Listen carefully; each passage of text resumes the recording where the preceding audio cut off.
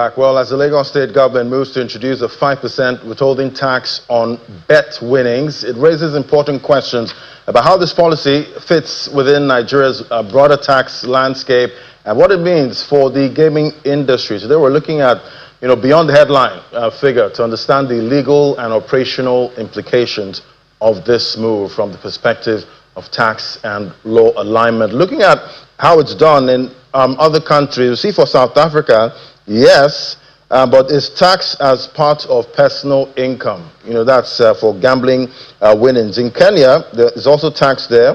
20% is withheld by the bookmakers. That's how it's done in Kenya.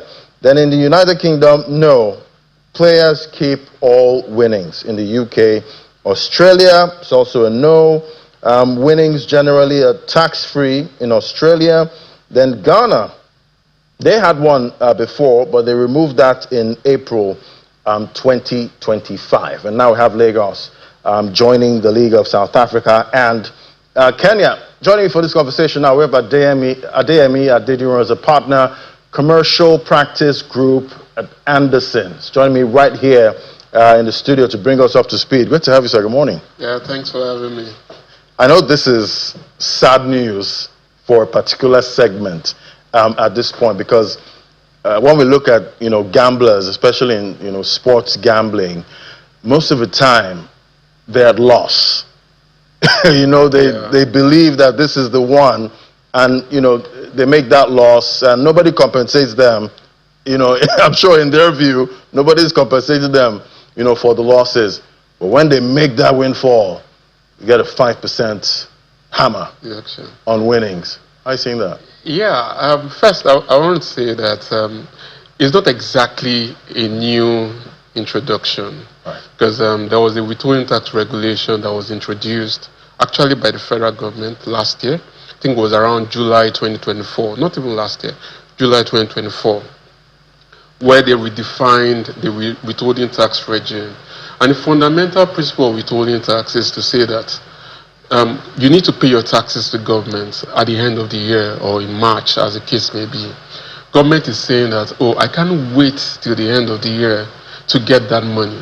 So I need you to pay some money up front, and at the end of the year, we do some form of reconciliation. So government is saying withholding tax is an advance payment of tax, and at the end of the year, you take it as a credit against your tax payable.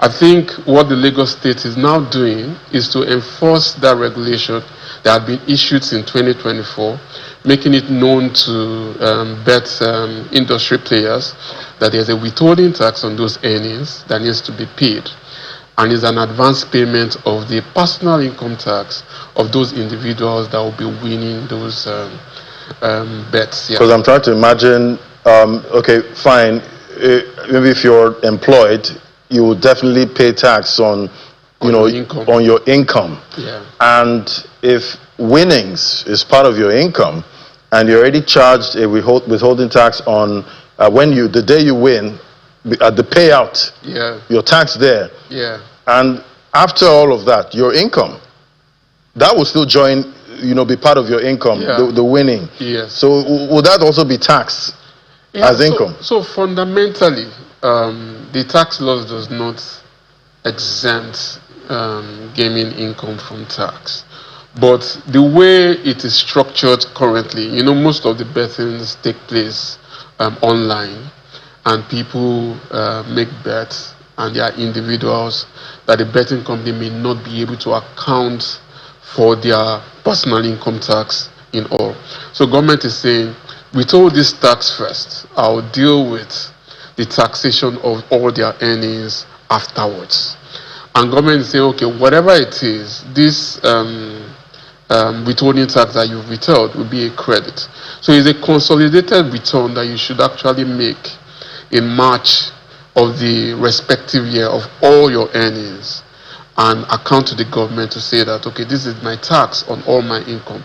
The laws does not specifically exempt net earnings from betting from tax. But what government is saying, in case you do not pay tax on that all earnings because I cannot track you, at least the betting company would have withheld 5% and remitted to me. Right. So, looking at, other countries, we see South Africa, yes, they do tax winnings, gambling winnings. Kenya does the same. But why is the likes of United Kingdom saying no? Players, keep on winning. Australia, generally tax-free, for winnings. Ghana, they had that, withholding tax law, but they removed that. Yeah, I would say that maybe the fundamental principle is that if you keep all the wins and all the money to yourself, at least it's going to help to develop the economy. You're going to spend that money within that economy, and one way or the other, the government will be better off for it, because whatever it is, that money to a large extent is expected to remain within the economy. So the withholding tax regulation that Nigeria has currently is a better improvement from what it used to be. As a matter of fact, before now, if a customer withholds tax from payments due to me, I need to go to the tax authority to say, okay, you need to give me a credit. Then the tax authority will now need to engage that taxpayer to say, okay, Mr. Adeyemi is asking for his credit, but you've not remitted, and there's some kind of conversations that needs to hold. What the government has done now is to say, you withholding the tax, issue a receipt to the person that you withheld his money. And once I present that to the tax authority, it will be sufficient to recognize that credit. So I would say that if you look at it holistically, for the countries that are not saying, okay, this is liable to tax, maybe they are looking at it from the perspective of that this is going to help put more money in people's pockets in which they can spend in the economy. Nigeria is still evolving, and I would say some withholding tax rates have been reduced from 5% to 2%, based on that principle to say, okay, we don't want to take so much from you. Some that were 10% were reduced to 5%. So I would say we are in a journey, and government is saying, okay, yeah, I don't want to withhold so much, but I want to withhold a little to also be able to provide those social amenities that those people that are winning the bets are going to enjoy. So right. I think... But the betting platforms are already taxed. They pay taxes. They pay that's a tax. different conversation. Right. So you have the betting companies who have their tax obligations. They have their tax obligations. From the money they make from that business. Right. This conversation is respect to the people that win bets. That win bets, which is different from people that struggle to win bets. Well, I don't know if it's a struggle. It is a struggle. Most of them make a lot of losses before they make that one win. That takes us back to the conversation of what the social contract is between government and the people. The people are supposed to pay taxes, and the government is supposed to provide the social amenities that better their lives.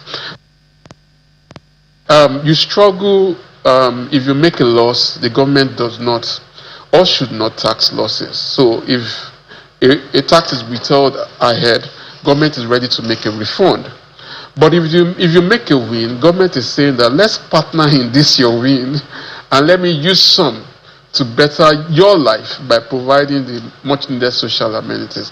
I know there are conversations to say that what is government really providing, but I think those conversations will continue to be held, and government will try to do their best in keeping. I can imagine how the betting community, is taking this. But any implications for the, accounting system of these platforms? Yeah, I would say that because the withholding tax regulations also introduce certain penalties, so they need to configure their platform to be able to automatically deduct at that point where they are making payments.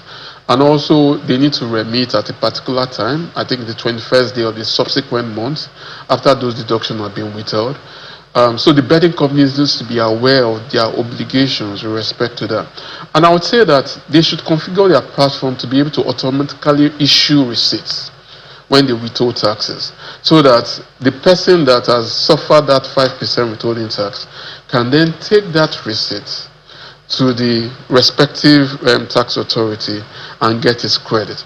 The challenge I see, though, is that because this betting is taking place online and people are in different locations, the betting companies would then need to try to remit to the respective locations where these people are residents.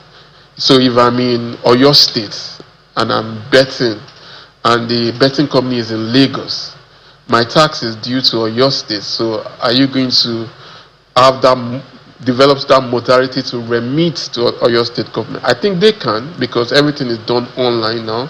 But some states are still not filing taxes online. So those challenges will come up. Right. So, going forward, do you think, at some point there'll be a lot of pushback and, maybe, the government might have to, rethink this? Yeah. There can be some pushback, but I want to let you know that it's not necessarily a Lagos State law. The regulations was issued. Lagos is not enforcing it. Yeah, because it's enforcing it. So it's a national debate, not necessarily a state one. And there can be conversations held, and government may look at it and say, okay, maybe I should reduce the rate, or maybe I should provide some other incentives. But as of today, the law remains in force. Those conversations will be held, of course, between taxpayers and the government. Right. Government can look at it and say, okay, maybe I should revise the law. But as of today, it remains in force. Because we know at the same time, gambling is a major issue. Some people don't know, they don't have limits. Yeah. And, they end up, suffering, mental health, challenges, trying to win and maybe making more losses. Yeah. At the same time, is it possible the government could use this tax to, help some of these people? Yeah, because the point you raise now is a social it's a social issue. Because there are people that are addicted to it. Exactly. But I don't think taxes can curb addiction. Or maybe help rehabilitate them. Yeah. So maybe government can say, okay, maybe some of these taxes that we are getting will go into rehabilitating people that are suffering from chronic betting. Maybe that can happen.